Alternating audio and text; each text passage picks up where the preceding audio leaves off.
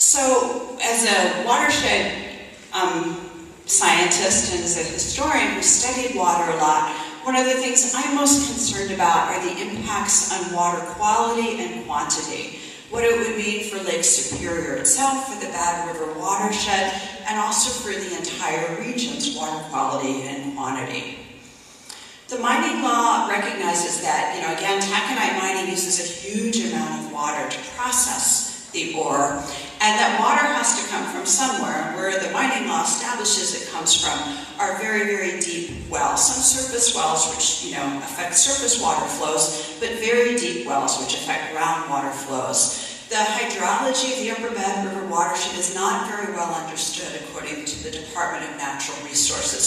So the ways that deep well drawdowns might affect the Bad River watershed, those 72 miles of streams and rivers, is really not understood at all. But what we do understand is that the quantities of water that are required to do taconite mining on the North Shore, if that happened in the Bad River watershed, those mines would have very, very significant effects on the watershed. Much of the water would be released out of the watershed potentially, which would potentially be a very compelling violation of the Great Basin Compact, which says waters have to remain within the basin.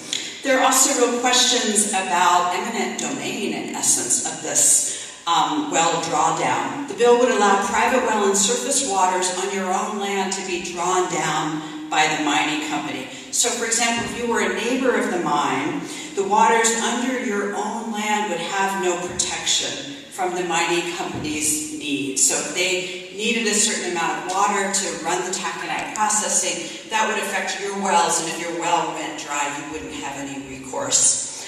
Mining companies' desires for water in the law would trump any other use, including local community surface water rights and also their wells. So the bill would also have really profound effects on potentially the compact, but also on water quality, not just quantity. Quality is just as important as quantity. There are a whole host of current protections to water quality that would be removed in this bill. So, for example, the current law says that essentially requires the Department of Natural Resources to manage all the rules for public waterways. And the proposed law says that mining would trump those rules if there are, quote, beneficial economic uses. So right now, public waterways have to be managed for the good of everyone, and this law would trump that and say mining takes precedence. The bill would remove really important protections for lake beds and streams throughout the region. Currently, the DNR is required to deny a mining permit, quote, if irreparable damage to the environment, end quote, can't be prevented. So if you find that a mine, permit doesn't have any way of preventing very significant damage to a water body, to a stream, then the DNR is required by law to say, sorry, but we can't give you a permit until you figure out how to fix this problem. The current law actually removes those as bases for the denial of the permit. So in other words, right now, or under this current law, if you actually fill a small lake or stream with tailings, then you don't have to protect it. That is sort of a strange way around it, but the key point is that it removes the basis for irreparable harm to the environment as a basis for denying the permit. In other words, the new law would make it very, very difficult for the DNR to deny a permit to a mine. And that's part of what the company is very clear about, wanting assurance that if it starts the investment, the mine will happen. But our regulatory system isn't set up that way. The system currently is set up that if there's going to be irreparable harm, then the DNR has to find that the mine can't proceed. So, one of the things that's of enormous significance, I think everybody in the watershed, particularly to the Bad River Band downstream, is that many of our current wetlands protections are changed and indeed undermined. Sorry, that's a bad word. Changed in the proposed legislation. And what that would mean was that, we all know that wetlands are essential nurseries for the fisheries that sustain Lake Superior, critical filtering systems for water quality.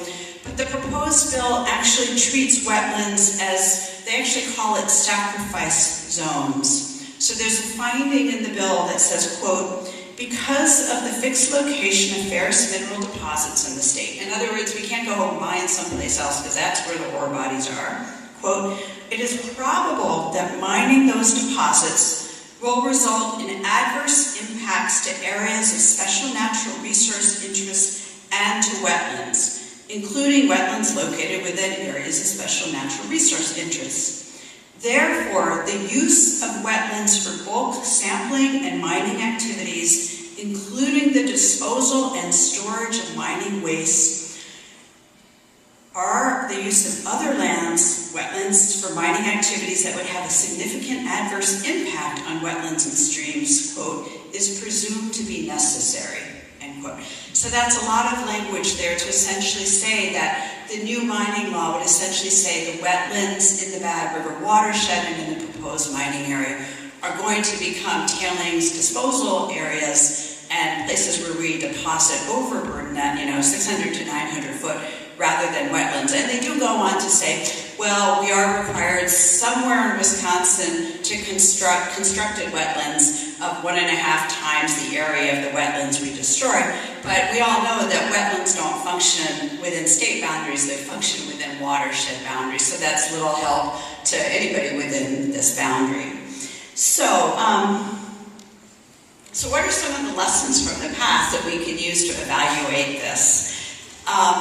What the current company is saying is, and what the legislature and the governor's office are saying, is that taconite mining is clean. We don't have to worry about environmental protection because it doesn't they keep saying it doesn't use chemicals.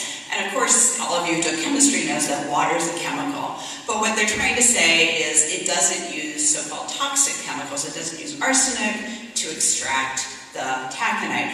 And that's certainly true. Taconite mining, this is a magnetite ore body, which means it's magnetic, so you can use huge magnets to extract the iron ore. But then you've got 80% of the rest, and you also use an enormous amount of water. It's not just that you hold a piece of magnet to the iron ore, you've got to grind it up, you've got to turn it into this slurry with vast quantities of water, and then you take out 20% with your big magnets, and then you've got 80% left to deal with. And there are a lot of concerns with what that might mean. And the best way we can figure out what that might mean is to look at other nearby taconite mines. And, the Mesabi Range in Minnesota is a good place to look. Some of those taconite ore bodies do not have significant sulfide.